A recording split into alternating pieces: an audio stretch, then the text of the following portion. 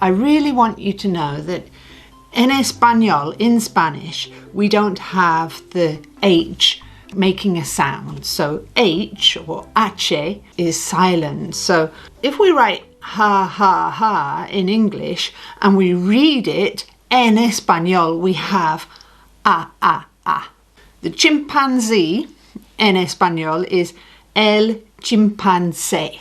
If I want to say says in Espanol, we've got say, the same sound, that's the end of the word, and the beginning of the word is dice. So how would I say the chimpanzee says? El chimpancé dice. So if I write the chimpanzee says ha ha ha in English, what would that be en Español? El chimpancé dice ah ah ah. There is a h sound en Español. So we've got the H, la H, and then the J is la J. That's what they call the letter J. They call it J, like J. En Español, la J, the letter J, la J, makes a h sound. It's more breathy than the English ha ha ha. With a J, they would say ha ha ha. If the chimpanzee says ha ha ha, it will be el chimpancé dice ha ha ha.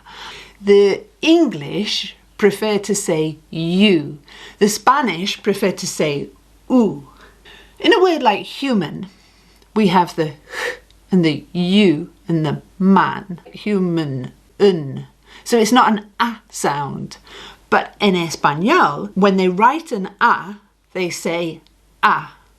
So if you look at the word human in Espanol, we've got the silent H, the silent H, U instead of U, and we've got a instead of e. And we've got an o on the end, and it's nice and short. Humano. And to say a human, well, the word is un. Un. Instead of a, it's un. Un humano. Now, the word for says is the same as before. Dice. So how do I say a human says ha ha ha en español? Un humano dice ha ha ha.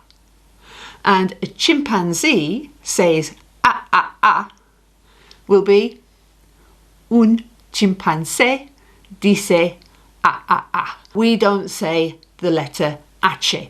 There's another word that's very importante, and that is ser. Ser means to be or being. And you just have to remember it because es completamente diferente. If you want to say a human being, a being human in español, so the words are the different way round. Un ser humano. And if I'm saying a human being says ha ha ha, un ser humano dice ha ha ha. The word important is importante. Importante. To say it's important, it's es importante. Es importante. El fútbol. What do you think that is? El fútbol. Football is important. I would say el fútbol es importante. Maybe I'm one of those people that thinks football is not important. And then I'm going to say no is important. But that no in español is really short, like not without the t. So no. El fútbol no es importante. El fútbol es importante. We're beginning to have conversations about our opiniones. Break, as in your break, your little time off, is like the word recreation. El recreo. Recreo. Maybe we could say It's fantastic. Fantastico is the word for fantastic. So it is fantastico will be es fantastico. So the break is fantastic. El recreo es fantastico. We've got important, importante, and we've got fantastic, fantastico.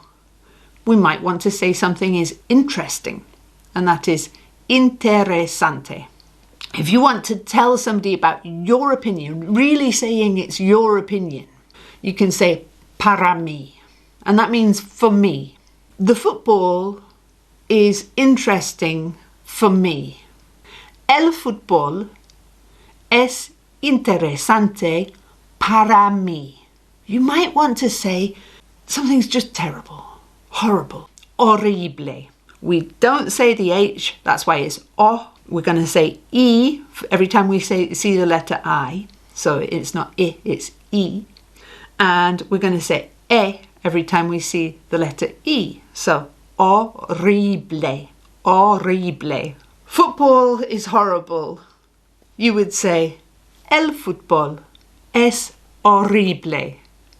For me, para mí. Art is el arte, el arte. The art is interesting. For me, you would say el arte es interesante para mí. If you want to say for you, you would say para ti. Art is interesting for you. El arte es interesante para ti. If I want to ask a question, is art interesting for you? I'm going to just use my intonation to raise that up.